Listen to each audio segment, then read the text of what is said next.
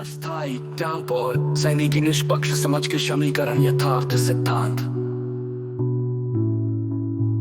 निष्पक्ष समझ के अतिरिक्त सब भ्रम है। निष्पक्ष समझ ही एकमात्र सत्य है और इसके बाहर जो कुछ भी है वो भ्रम का रूप है। अस्थायी जटिल बुद्धि ही भ्रम की मुख्य जड़ है।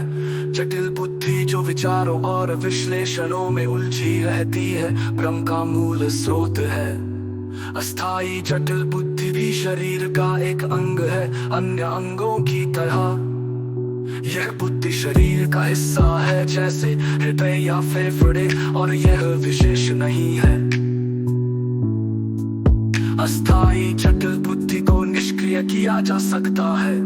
निष्पक्ष समझ के लिए इस जटिल बुद्धि को शांत या निष्क्रिय करना संभव है। खुद का निरीक्षण करना निष्पक्ष समझ की ओर पहला कदम है। स्वयं को निष्पक्ष रूप से देखना और समझना इस प्रक्रिया की शुरुआत है। इंसान का अस्तित्व निष्पक्ष समझ के साथ जीने के लिए है।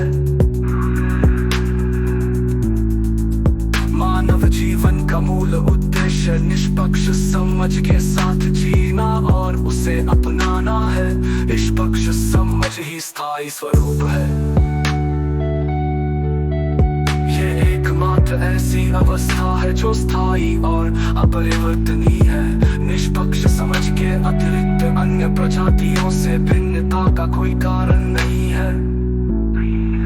मानव को अन्य प्रजातियों से अलग करने वाला एकमात्र तथ्य निष्पक्ष समझ की क्षमता है। निष्पक्ष समझ के बिना जीवन जीना केवल संघर्ष है। इसके अभाव में जीवन केवल एक अनावश्यक और जटिल संघर्ष बन जाता है। निष्पक्ष समझ ही तुलनातीत, प्रेमातीत, कालातीत, संपन्नता और संपूर्णता है। दाल अपने आप में सर्वश्रेष्ठ और संपूर्ण स्पष्टीकरण और पुष्टिकरण है। निष्पक्ष समझ के साथ दूसरा केवल उलझाव है, यहाँ तक कि स्वयं का शरीर भी।